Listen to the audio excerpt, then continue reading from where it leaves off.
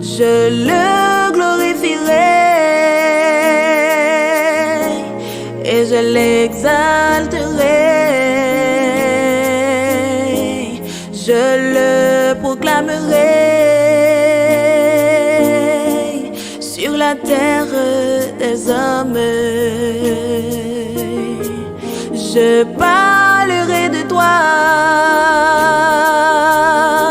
je porterai ta croix. Bonsoir à tous et bienvenue dans le débat de la foi. Je suis Dave, très heureux de vous retrouver aujourd'hui. Comment allez-vous? Ça me fait vraiment plaisir de vous avoir autour de cette table. Bonsoir Dave, bonsoir à tous.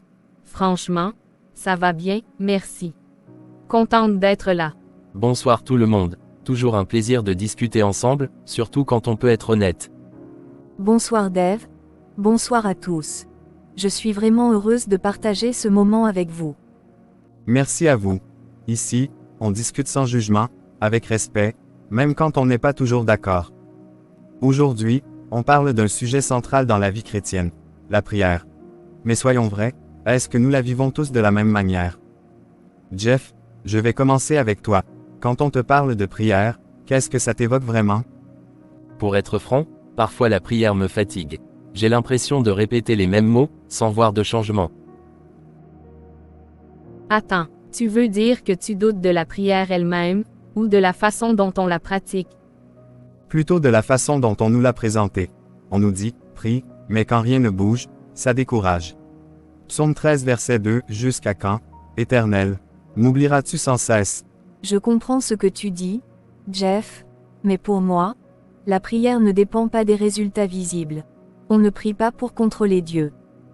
Je ne dis pas que Dieu n'écoute pas. Je dis juste que parfois, on se sent ignoré. Et beaucoup de chrétiens vivent ça en silence. Ils culpabilisent, pensant qu'ils prient mal. Proverbe 13 verset 12 nous dit qu'un espoir différé rend le cœur malade, mais un désir accompli est un arbre de vie. Alors peut-être que la vraie question est celle-ci. Prie-t-on pour changer Dieu, ou pour être transformés nous-mêmes? La prière me garde debout quand rien ne change autour de moi.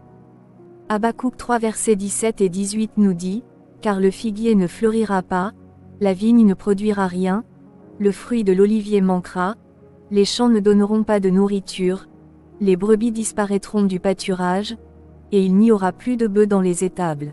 Toutefois, je veux me réjouir en l'Éternel, je veux me réjouir dans le Dieu de mon salut. » Peut-être que mon problème n'est pas la prière, mais mes attentes. Oui, Dieu agit parfois en profondeur, pas immédiatement. Car mes pensées ne sont pas vos pensées, et vos voix ne sont pas mes voix, dit l'Éternel. Selon Ésaïe 55 verset 8. Est-ce qu'on peut dire que la prière n'est pas toujours un lieu de réponse, mais un lieu de relation? Je suis d'accord. Elle ne m'a pas toujours donné ce que je voulais, mais elle m'a empêché d'abandonner. La prière ne change pas toujours les circonstances, mais elle change celui qui prie. Et parfois, Dieu répond, différemment.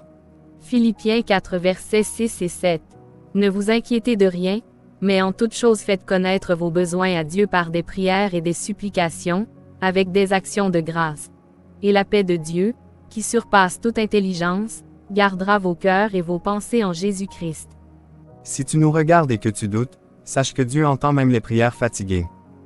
Il n'exige pas la perfection. Même le doute peut devenir une prière.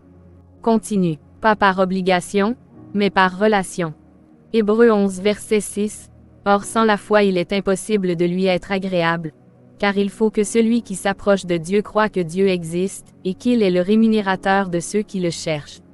La prière n'est pas une formule magique. C'est un chemin, parfois lent, mais toujours vivant. Que Dieu vous bénisse. Je le glorifierai et je